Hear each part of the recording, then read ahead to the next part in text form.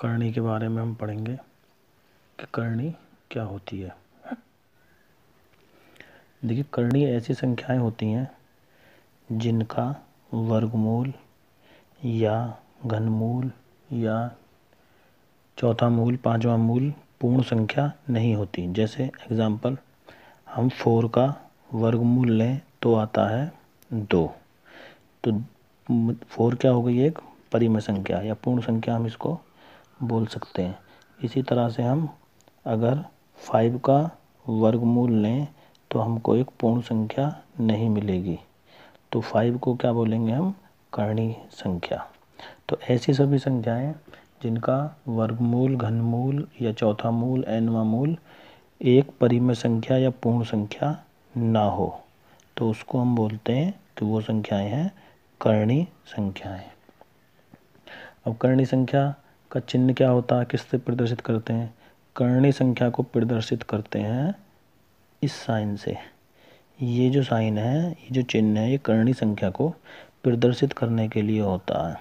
इसी तरह से जैसे एग्जाम्पल, जैसे √3, 8, क्योंकि इन संख्याओं के वर्गमूल क्या होंगे? हमको पूरे पूरे नहीं मिलेंगे, तो ये सभी संख्याएं कैसी होंगी? करणी संख्याएं होंगी। इनको हम करणी संख्याएं बोलेंगे।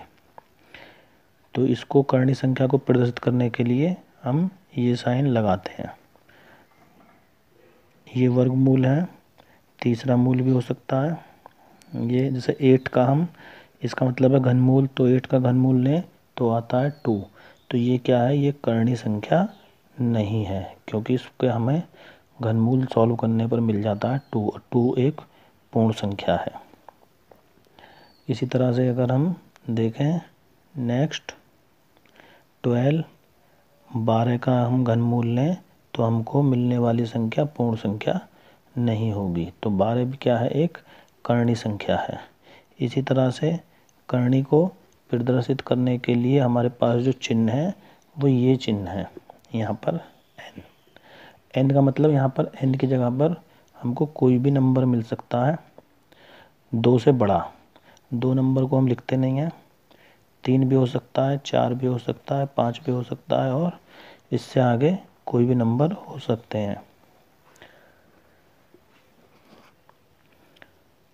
करणी की घात को कैसे लिखते हैं? जैसे कि कोई नंबर है 5, इसका हमको वर्गमूल निकालना है, तो हम घात के रूप में इसको करणी के रूप में इस तरह से लिख देंगे। और अगर हमको कोई नंबर लिखना है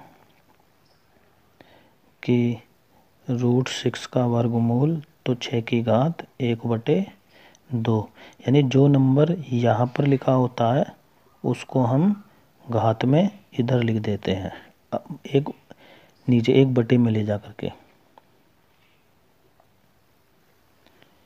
इसी तरह से हमको एक फॉर्मूला मिल जाता है कि अगर यहाँ पर लिखा है 3, तो इसका मतलब x कोई नंबर है तो x के ऊपर घात है 1/3। और इसी तरह से अगर कोई नंबर है y और यहाँ पर लिखा है 4, यानी चौथा मूल, तो हम इसको लिखेंगे y की घात 1/, तो इसको घातों के रूप में y की घात 1/4 हम लिखेंगे। तो ये होते हैं, इसको घातों में हम इस तरह से लिखते हैं। आगे हम और देखते हैं, जैसे कि कोई नंबर है z और यहाँ पर कोई भी नंबर लिखा हुआ नहीं है, तो इसका मतलब है z की घात 1/2, क्योंकि 2 को यहाँ पर लिखा नहीं जाता है। नंबर जो होता है वो आपका कितना ही भी बड़ा हो सकता है। जैसे 7 का हमको 5वां मूल निकालना है, तो इसका मतलब हो गया 7 की घात 1/5। तो जो ये 5 है इसको बोलेंगे हम करणी की घात। करणी की घात, इसको करणी की घात बोलते हैं। अब देखते हैं करणी के नियम। करणी के नियम क्या हैं? तो करणी के 4-5 नियम हैं जो कि समझना जरूरी है। तो करणी के नियम, तो पहला नियम है कि कोई भी करणी के ऊपर अगर कोई घात है तो हम उन घातों की गुणा कर देते हैं। जैसे ए के ऊपर घात के रूप में लिखें तो n आएगा और इसके ऊपर घात n। अब घातों की गुणा होगी तो 1/n और n से n कैंसिल होकर के आंसर आएगा a।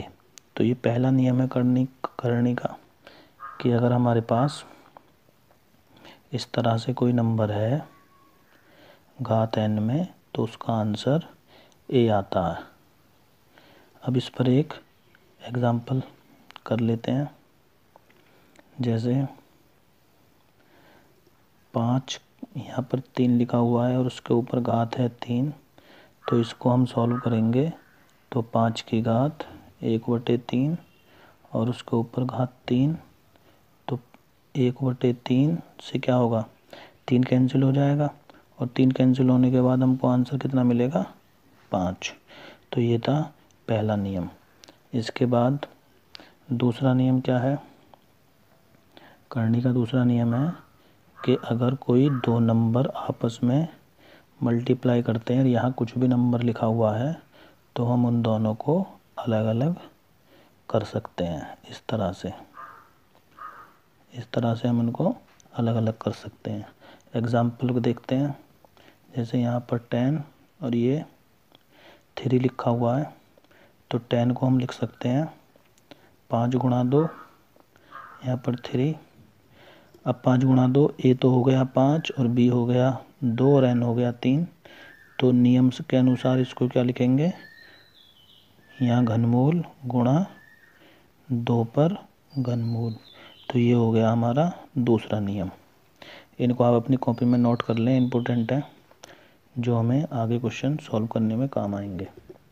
नियम नंबर 3, तीसरा नियम है कि अगर घात करनी इस तरह से डिवाइड में लगी हुई है तो हम इसको क्या करेंगे, अंश को अलग से वही घात लिखेंगे और हर में भी वही घात लिखेंगे, यानी अंश और हर दोनों में घात अलग अलग लग जाएंगी। जैसे कोई एग्जांपल लें, 3/4 कोई करनी है यहाँ पर 3, तो इसको हम लिखेंगे 3, ये 3/4 और ये 3 अलग अलग लिख देते हैं। मतलब आगे चलते हैं, दूसरा नियम, नियम नंबर 4 कि अगर कोई करनी है a, घात है n और इसके ऊपर एक और करनी है घात है यहाँ पर m, तो ये दोनों एक साथ यहाँ पर आ जाएंगी m n। तो ये हमारा करनी का चौथा नियम है। इस पर भी हम इसी तरह से एग्जाम्पल कर सकते हैं। नोट करते जाएं इन्हें अपनी कॉपी में।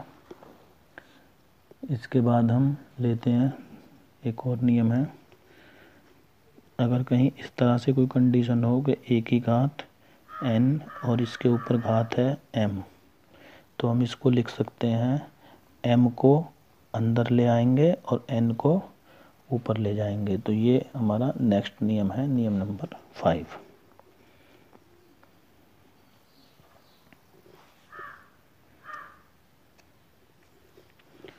तो करनी के हमारे पास जो नियम आए एक बार फिर बता दें। पहला नियम क्या था, पहला नियम था a की घात n को हम, घात अगर n है तो इसका आंसर कितना आता है a। दूसरा नियम क्या था कि अगर घातों नंबर मल्टीप्लाई में हैं तो वो दोनों क्या हो जाते हैं, अलग अलग हो जाते हैं यहाँ पर इस तरह से। तीसरा नियम क्या था कि अगर कोई दो नंबर भाग में हैं तो वो दोनों अलग अलग भाग उनकी हो जाती है। और फिर नेक्स्ट क्या था, नियम नंबर 4, चौथा नियम था कि अगर घात के ऊपर भी घात है इस तरह से, इस अंडर रूट जैसा जो साइन है इसका मतलब घात से है। जैसे n लिखा हुआ है तो ये 1/n है, तो हम इसको पूरे को इस तरह से लिख सकते हैं mna। तो ये था हमारा चौथा नियम। और पांचवा नियम था नियम नंबर 5 कि एक ही घात n है और यहाँ पर m है, तो इसको हम लिख सकते हैं n को बाहर और एक ही घात m अंदर। तो ये पांचवा नियम था। बस यही हमारे करनी के नियम हैं जो हमको याद रखने हैं और इसी पर क्वेश्चन हम सॉल्व करेंगे। इसके बाद कुछ नियम घातांकों के हैं, वो भी हम देख लेते हैं।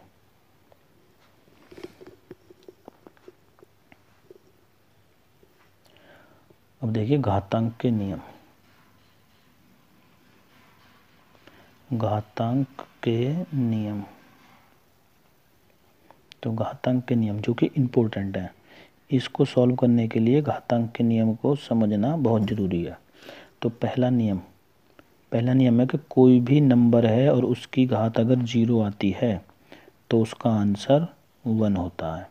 कोई भी नंबर है और उसकी घात अगर 0 है तो उसका आंसर 1 होता है। जैसे 4 की पावर 0 तो आंसर 1, 5 की पावर 0 तो आंसर 1, 10 की पावर 0 तो आंसर 1। चाहे नंबर कितना ही भी बड़ा क्यों ना हो, आंसर 1 आएगा। दूसरा नियम क्या है? दूसरा नियम है कि अगर एक ही घात -n हो तो हम उसको 1/1 की घात n लिख सकते हैं। ये हमारा घातांक का दूसरा नियम है। एग्जाम्पल देखें, जैसे कि 4 की पावर -2 है तो हम इसको लिख सकते हैं 4 की पावर 2 यानी 1/16। 4 की घात 2 हो जाता है 16। इसी तरह से यहाँ से हम एक चीज़ समझ लेते हैं कि अगर किसी भी नंबर की घात नेगेटिव है, माइनस है, तो वो अंश से हर में या हर से अंश में जाने पर उस घात का साइन या चिन्ह बदल जाता है। जैसे कि इस नियम को थोड़ा सा और एक्सप्लेन करें। एक ही घात -n है तो इसके अपॉन में क्या है 1, तो ये तो हो गया क्या अंश और ये है हर। अब इस नंबर को हम अंश को हर में लाएंगे या हर को अंश में लाएंगे तो ये जो घात का चिन्ह है वो बदल जाएगा। जैसे एक है, एक अंश में है तो ऊपर जाएगा, और हर में जो अंश है उसको हर बनाएंगे तो इसको नीचे लाएंगे और ये घात बदल जाएगी। ऊपर थी माइनस, नीचे हो जाएगी प्लस, और प्लस को अगर ऊपर ले जाएंगे तो नीचे हो जाएगा फिर माइनस। घातांक का तीसरा नियम, तो एक ही घात m गुणा एक ही घात m, यानी नंबर हमारे बराबर हैं और घात अलग अलग हैं तो उन घातों को हम जोड़ देते हैं।